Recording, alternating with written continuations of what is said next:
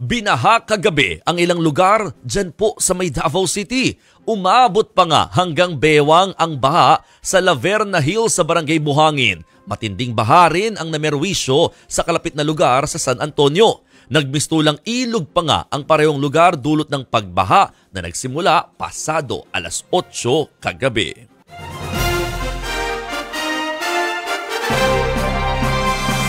Sa Mandaue City, Cebu, inilikas naman ang mga batang stranded sa matinding baha. Rumaragasa kasi o rumagasa raw ang tubig mula sa Butuanon River matapos ang malakas na ulan nung Martes ng gabi sa kalapit na bundok. Pinakaapektado ang barangay Umapad kung saan umabot sa mahigit 350 pamilya ang kinailangang ilikas. Wala namang nasawi pero nasaktan at nawawalang residente. Nagpaabot na rin ng tulong ang lokal na pamahalaan para sa mga apektadong pamilya. Habang sa Zamboanga City naman, matyagang hinukay ng mga rescuer ang makapal na putik hanggang sa tumambad sa kanilang mga bangkay ng mag-inang natabunan ng gumuhong lupa sa barangay Pamukatan. Na-recover ang kanilang mga labi 3 araw matapos ang nangyaring landslide dulot ng malakas na ulan nitong Sabado. Sa tala ng Zamboanga City LGU, umakyat na sa 5 ang mga nasawi sa landslide. Aabot naman sa halos 4,000 pamilya ang apektado roon.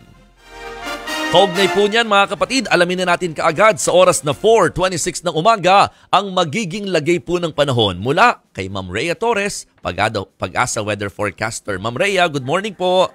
Yes po, magandang umaga po sa inyo. Magandang umaga din po sa ating mga tagapakinig sa magiging lagay po ng ating panahon. Ngayong araw, patuloy pa rin po nating minomonitor itong low pressure area na nasa may silangang bahagi ng Visayas o Mindanao. As of 3 a.m. muli itong namataan sa layong 200 kilometers east-northeast ng Surigao City, Surigao del Norte. At itong nasabing low pressure area, hindi pa rin inaalis yung posibilidad na ito ay magiging isang ganap na bagyo. So continuous pa rin po yung monitoring natin dito sa binabantay na sama ng panahon. Sa ngayong araw, inaasahan po natin na magpapaulan itong low pressure area sa malaking bahagi ng ating bansa, more on sa may central and southern Philippine area. Areas po ng Bicol Region, Eastern Visayas, Northern Mindanao, Caraga, Davao Region, Isabela, Aurora, Quezon, Marinduque at Romblon. Asahan po natin yung mga katamtaman hanggang sa malalakas na mga pulan dulot ng epekto nitong low pressure area. Samantala yung habagat naman po ay nakakaapekto sa nalalabing bahagi ng Mimaropa, Visayas at Mindanao at magdadala din po ng mga kalat-kalat mga puglan, pagkidlat at pagkulog.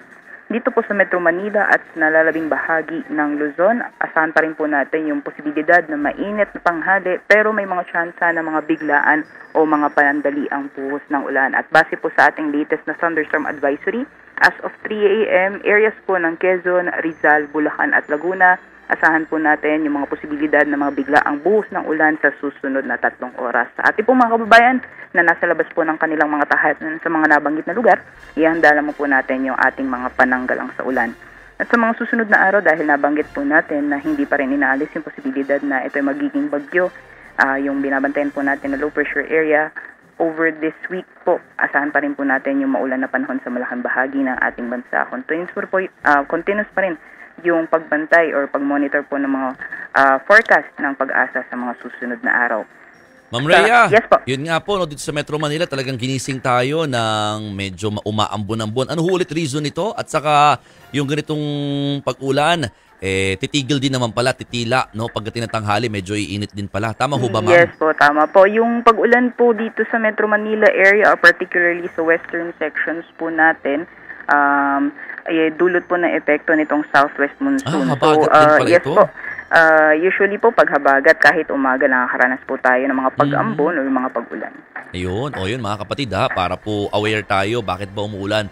Oo, sa malaking bahagi nga po, ginising tayo ng mga pag-ulan. Medyo mahina pa lang naman pero yun nga, sa mga nabanggit na other parts ng Luzon, may mga 3 hours po, no, in the next 3 hours. Kanina pang alas 3 sa umaga naglabas ng thunderstorm advisory itong Pag-asa. Kaya dapat manatiling updated lamang mga kapatid sa mga balita para aware kayo sa kung ano man po ang nararanasan nating lagay ng panahon. Especially yan, mula kay Ma'am Rhea Torres. Ma'am Rhea, maraming salamat!